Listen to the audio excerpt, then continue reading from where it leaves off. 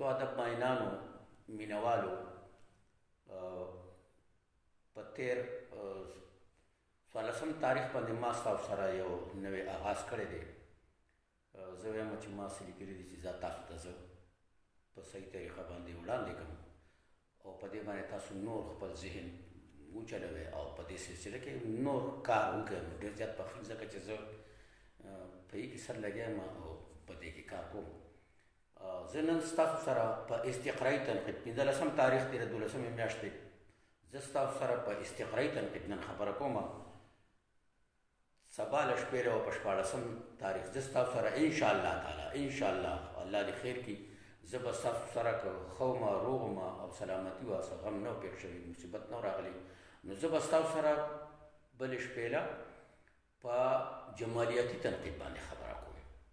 نن زه ستاسو سره په استقرایي تنقید خبره کوم، بیا به سره په شعر خبره کوم، بیا به په الهام خبره کوم، بیا به په کیفیت خبره کوم، بیا په مزاجونو خبره، بیا به په علمي قیافه خبره کوم. په ګڼو عنوانات زه کوشش کوم چې زه هره شپه تاسو ته خپل یو نوی د خپل ذهن تصویر ستاسو مخې ته کېږدم او تاسو زما د زړه او د ذهن دغه نوی تصویر کرټیسایز هم کې په دې تنقید هم کې او د دې نه که څه سره اخیستی نو ترې واخلئ او ما ښکاره نیوکه زما وکړئ چې په دې ځای کې دا خبره چې کومه ده نو داسې نه وه پکار داسې پکار او زما اصلاح وکړئ. زه انسان یم انسان ډېر کمزوری دی. زه نن د استقرایي تنقید باندې ستاسو سره مینوالو ستاسو سره کوشش کوم چې دا ګران موضوعات زه ستاسو سره ډېر په اسانه ډسکس کړم ځکه چې ډېر خلک یېرېږي حالانکې دا عام خبرې دي. ګران او اسان په کار کې نه یار یو کار د کار په نوم یېږي. استقرایي تنقید استقرایي تنقید باندې زه نن خبره کوم. په انساني لاشعور کې د فیصلې کولو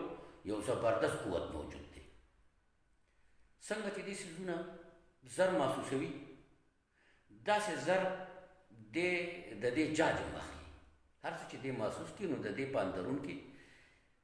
استقرایي جاج دې واخلي. انډکشنل استقرا ته مونږ انډکشنل ویلی شو. دوه خبرې دي.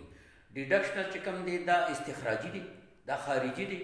او انډکشنل چې کوم دی دا د اندرون دی. نو انډکشنل چې دی دې ته استقرایي ویلی شي. انډکشنل کرټیسزم ما تاسو چې په انساني لاشعور کې د فیصلې کولو زبردست قوت موجود دی. څنګه چې څیزونه بنیادم زر محسوسوي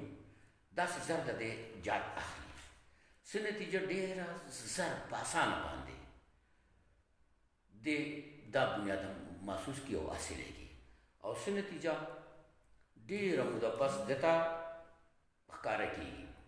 ټول حادثات واقعات حالات هر څوک د خپل استقرایي لاشعوري داخلي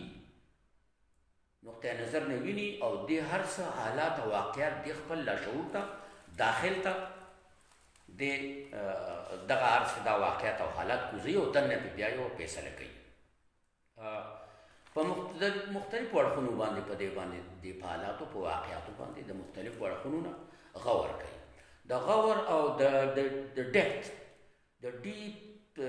غور او تصور نه پس نتیجتاً د انسان دا داخلي فیصله کن قوت چې کوم دی دا په عمل کې راشي. دا چې کله په عمل کې راشي نو دا عملي فیصله کن قوت د ده په زړه کې یو مشتعل حرکت یو جذباتي تحریک را پیدا کی. یو مشتعل جذباتي تحریک د انسان په اندرون را پیدا کی. توارد و الهام مزاج کیفیت نفسیات جذبات خواهشات او داسې نور ډېر بېشمار لاشعوري عناصر چې کوم دي دا د انسان په داخل کې بیا دا تحریک دا مشتعل تحریک مخ په وړاندې بیایي په ارتقایي شکل کې دا تحریک مخ په وړاندې بیایي او دا تحریک چې کله د استقرایي تنقید شکل اختیار کړي دا چې مخ په وړاندې لاړ شي دا تحریک چې د انسان په داخل کې دا مشتعل تحریک مخ په وړاندې لاړ شي نو په د دې نه بیا څه شي پیدا شي استقرایي تنقید ته پیدا شي او نوټ ته پیدا شي. دغه استقرایي تنقید چې دی بیا دی یوازې په خپل ذات نه بلکې په سلامت جهان باندې تنقید کوي. هر یو څیز دی د تنقیدي نقطه نظر نه وباسي او دغه ته ویلی شي تنقیدي استقرایي تنقید دغه ته ویلی شي. د زړو د زړو یوناني فلسفیانو مطالعه چې هر کله سړي وکړي او دغه فلسفیانو لولي د ټولو په نتیجه کې سړی دا و چې استقرایي تنقید چې کوم دی دې ته ساینسي تنقید ویلی شوي دي خو دا مجبوري هم شي د سړي هغوی ورته ویلي دي چې دا ساینسي تنقید دی حالانکې دا د هر سړي ذاتي خپل تجریدي ایبسټیک انډکشنل ایبسټیک ټچ دی نو دې ته دا تنقید ویل چې دي دا دې ته ساینسي تنقید ویل د بنده مجبوري شي او مجبوري په دې وجه شي چې دا د لاشعور آواز دی د لاشعور آواز دی او لاشعور خو د لاشعور ادبي اظهار چې کوم دی دا هم سماجي ساينس دی کله چې د لاشعور آواز کیږي نو ادبیات چې کوم دي ادبیات د سماجي ساينس برخه ده نو هر ادبي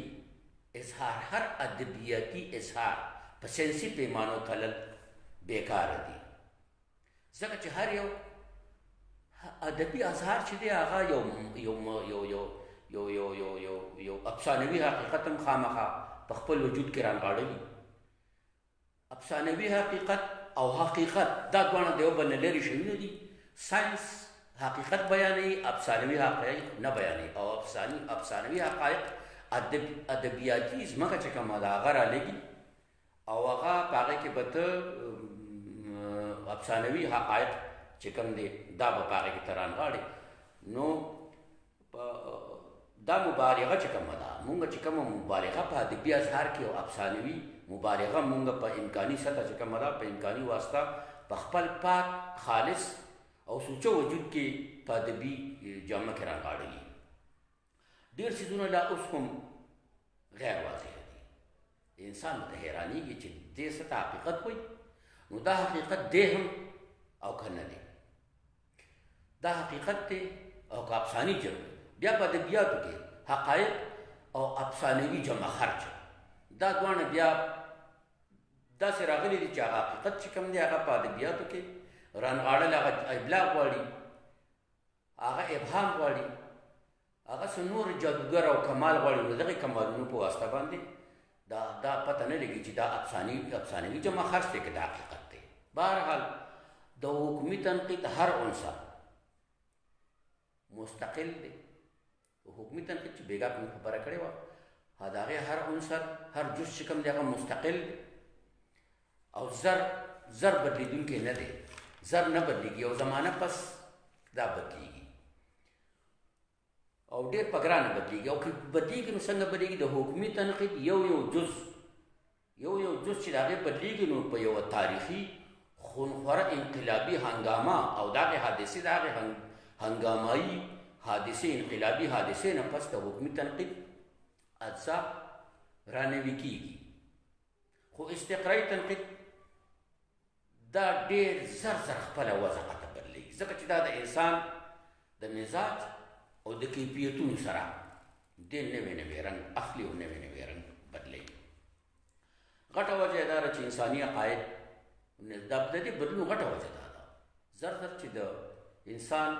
استقرایي یا انډکشنل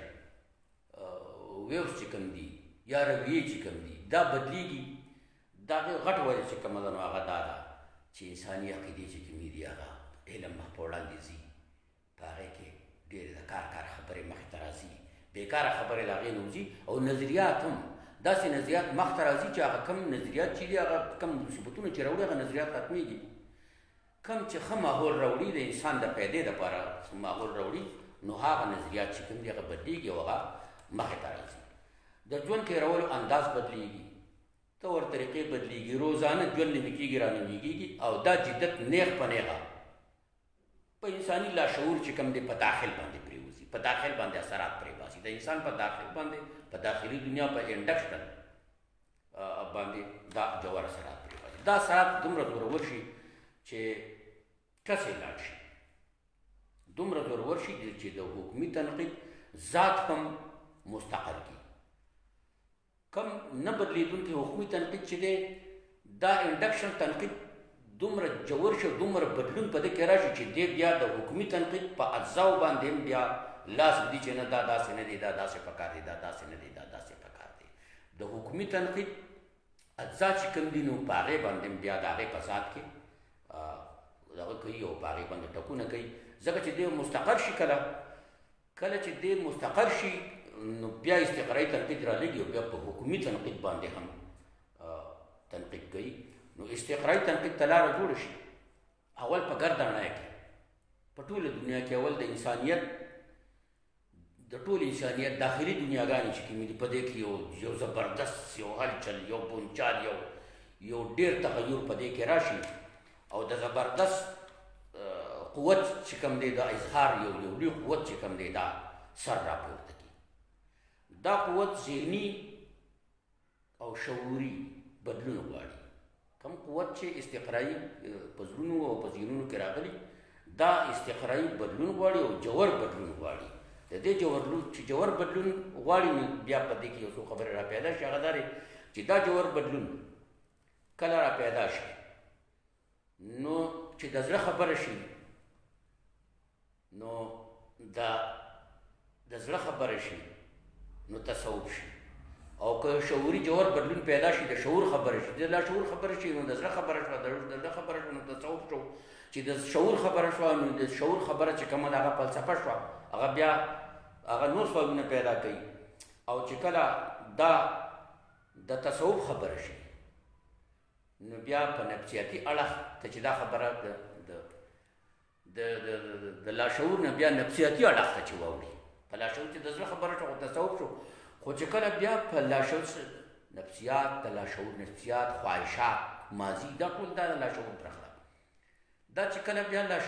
د لاشعور د نفسیاتو برخه شي نو بیا په دې کې نفسیاتي اړخ ته دا خبره وړي نو مې چنګ او نه رقص او سرود مستی او جنون شي مادي وجود د وجداني جذباتو تابع دی مادي وجود د وجداني جبلت جذباتي طور دی هغې تابع دی نو نتیجتاً ټول وجودي حرکات و سکنات د غیر واضحه مبهم اثراتو مظهر شي دا غیر واضحه جبلتونه د روحاني حقیقت تصدیق هم کوي او په دې بنیاد ډېر افسانوي حقایق هم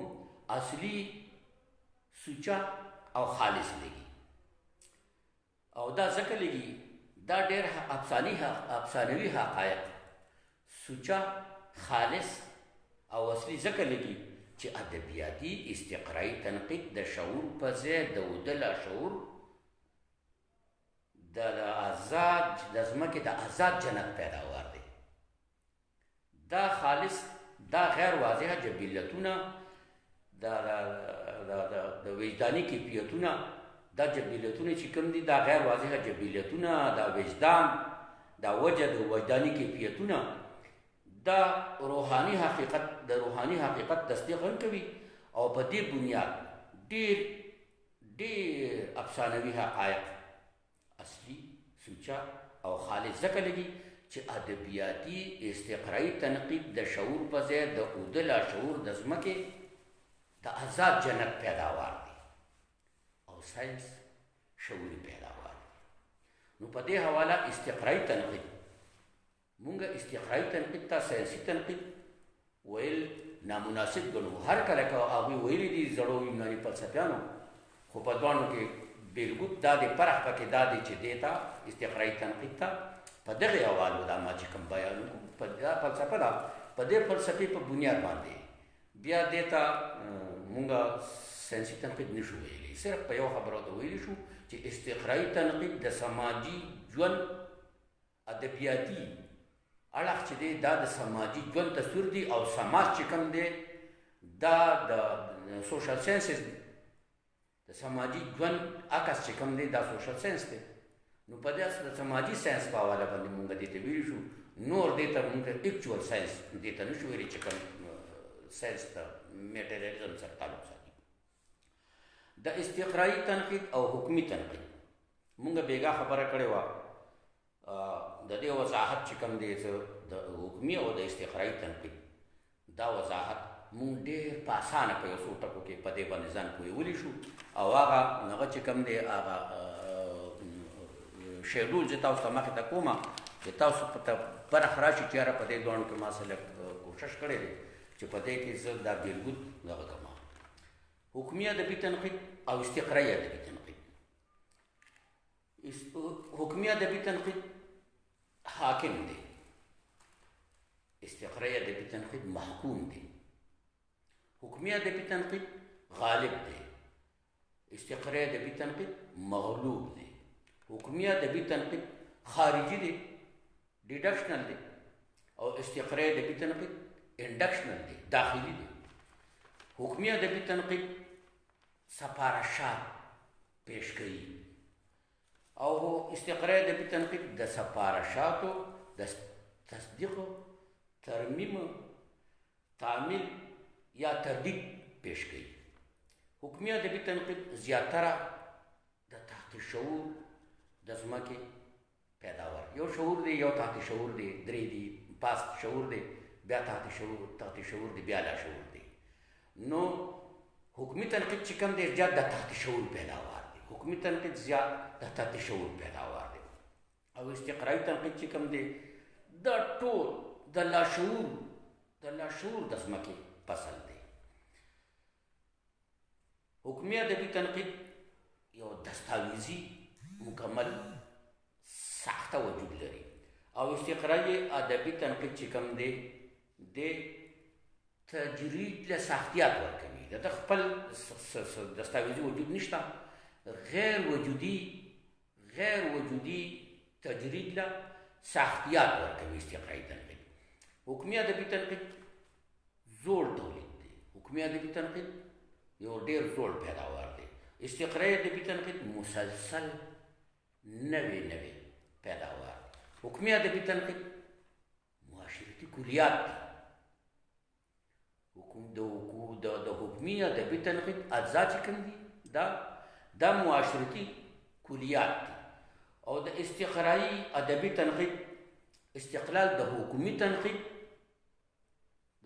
تنقید په اجزاو باندې انحصار لري. حکمي ادبي تنقید آزاد او مستقل دی. استقرایي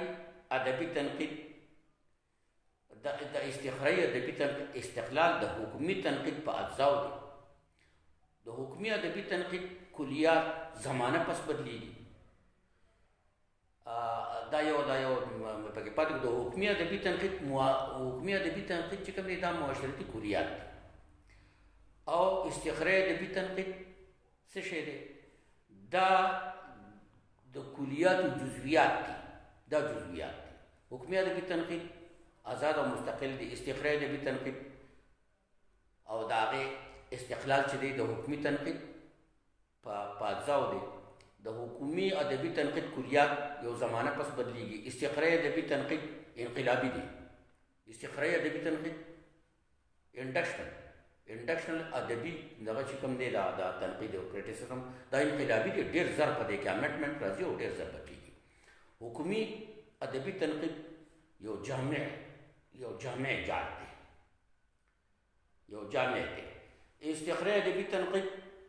چې دی دا غیر یقیني کیفیتونه راغونډېږي. حکمي ادبي تنقید امر دی، حکم دی. او استقرایي ادبي تنقید چې کوم دی دا اتباع ده. حکمي ادبي تنقید یو واضح وجود دی او استقرایي ادبي تنقید غیر واضح ابهام دی. حکمي ادبي تنقید خپل رد عمل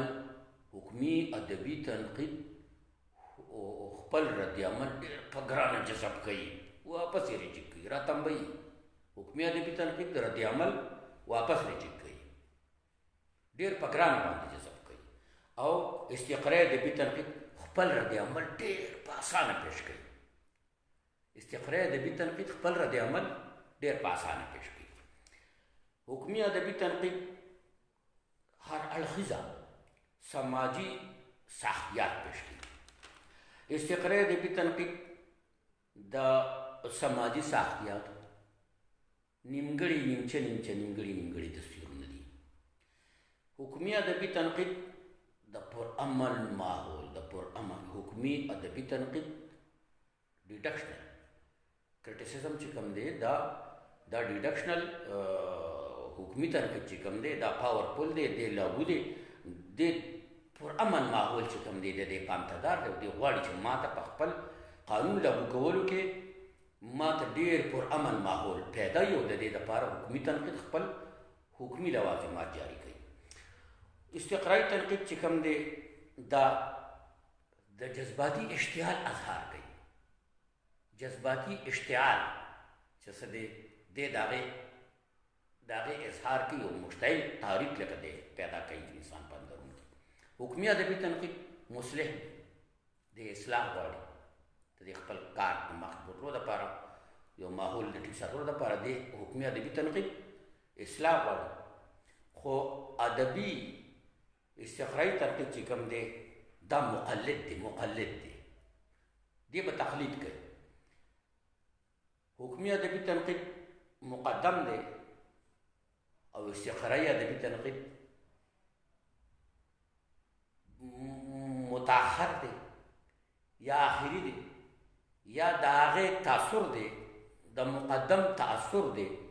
حکومي ادبي تنقید خپل یو مخصوص ځانګړی سماجي رنګ لري او استقرایي ادبي تنقید د سماجي استقرایي ادبي تنقید د سماج د مختلفو رنګونو د امتزاج رنګین او نمکین تصویرونه